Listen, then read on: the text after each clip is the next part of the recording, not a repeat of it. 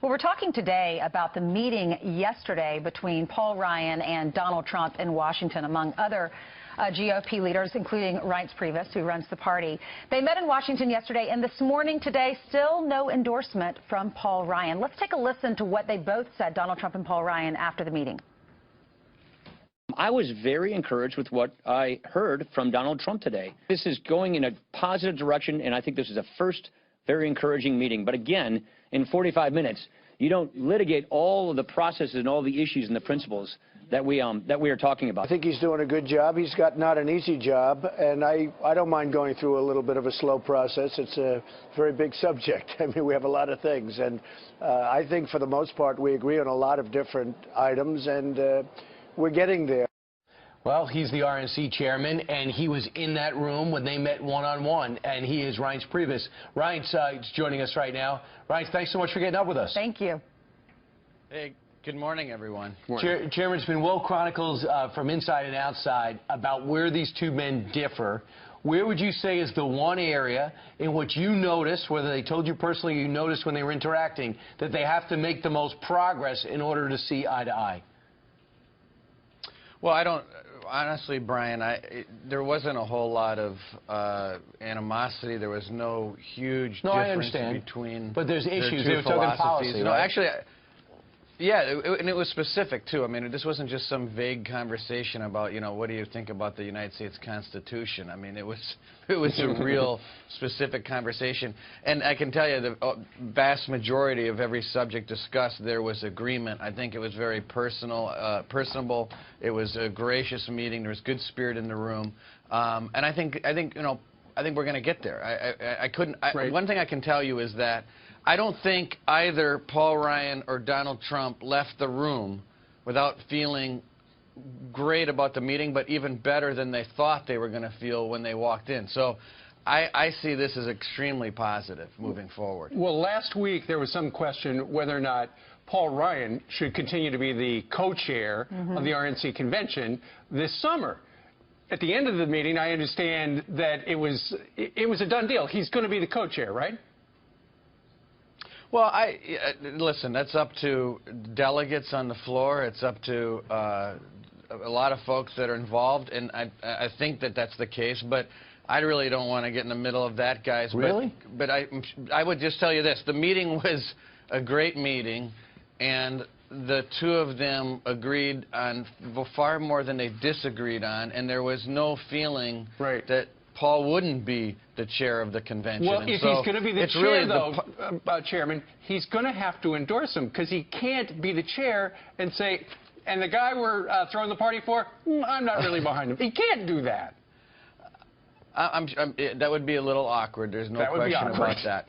But again, I just want to remind you, this is the party's convention, though. This is not the candidate's convention. I mean, and it's the same thing that Debbie Wasserman Schultz is dealing with Bernie Sanders. I mean, Bernie Sanders thinks that he gets to run the party's convention. It's not his. It's a convention that promotes the candidate, no question about it. But the party is involved in the process, and so.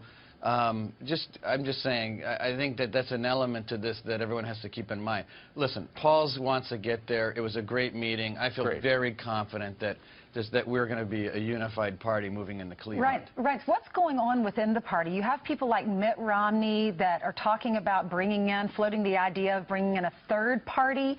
First of all, is it too late for that? And what's going on within the party? Why is he doing this? Well, you know, look, I think it's a little too far, obviously, and I think it'll destroy not just the majority in the Senate, but also the House, and it'll freeze money, and you know, it'll put generations of liberal justices on the Supreme Court. I think it's really ridiculous to even talk about a third party, given the future in our Chairman, country. they are. There's a small group that includes Bill Kristol, possibly Mitt Romney, Tom Coburn, Ben Sasse, that are gathering donors, and they're beginning to get some momentum about a third party. So this is not something you can just observe. Will you go out of your way to stop it?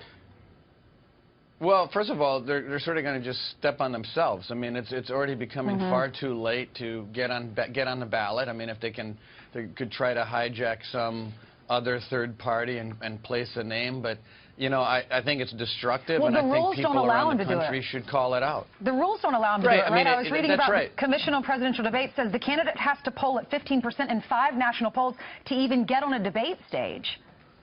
So that's impossible. No, that's right. But I mean, think about it. That's right, but it could be very destructive. I mean, even if you don't get on a debate stage, but you can pull 1 or 2% easily. I mean, you can't pull 1% in Florida or 2% in Florida and expect to win. So it's very destructive behavior. It's very ungracious, and I think it's also, you know, look, you have to respect the voters, you know, and the delegates, and the delegates make the decision based on obviously votes in states, but also on the floor in Cleveland, and we have to respect that outcome. Well, Reince, I got some bad news. You're going to have this big party in the summer, the convention, but according to George Clooney, your guy's not going to win. Listen to George. There's not going to be a President Donald Trump. Fear is not going to be something that we're going to, that's going to be what drives our country. We're not going to be scared of Muslims or immigrants or, you know, women. We're not actually afraid of anything. Trump is actually a result in many ways of the fact that much of the news programs didn't follow up and ask tough questions. You know, the ratings go up because they can show an empty podium saying Donald Trump is about to speak. Okay, so there you've got kind of the chairman of the Hollywood primary. But, of course, he is a Hillary Rodham Clinton supporter, has had fundraisers at his house for her. Yeah, and I'm not sure if it was him or one of the Baldwin brothers, but I think he said he was going to move to Canada the last time a Republican won the White House, and he's still living in California. Yeah, you know what, look, he can say all he wants about tough questions, but I don't think anyone can say that Donald Trump hasn't availed himself to more media interviews than any candidate I can remember. Ever. And the other thing about him is that the playbook is out the window. I mean, how many times through the course of the last year have people thought, oh, this is it, or, you know, this is the problem, or, you know, the tax issue? Well, you know what? I don't think the traditional rules have applied very well to Donald Trump. And so I think that sort of thinking is out the window, and I think, as Speaker Boehner said yesterday, you know, if you don't think Donald Trump is going to win, just watch. Well, no one, I think that most people should admit they don't know. But he'll be the first candidate since 1976 not to release his tax returns. With you as the chairman of the party, encourage him to do so? Well, I think he's sort of backed off of that. But secondly, like I just said, I mean, number one, I don't know what the rules are for audits. But number two, if he doesn't release his tax returns, I don't know if anyone cares or if it's going to have any effect, because it certainly, all of these other decisions that he's made have only helped him. Sure. Well, we went out on the street yesterday, and 2 of the 3 people we talked to live on the air didn't really care about it. That's enough. Yeah. Reince, thank you very much for joining us live today. All right. Thank you, guys. You've had a heck of a week, haven't you? You've had a heck of a a year. Go get some sleep. Have a great weekend.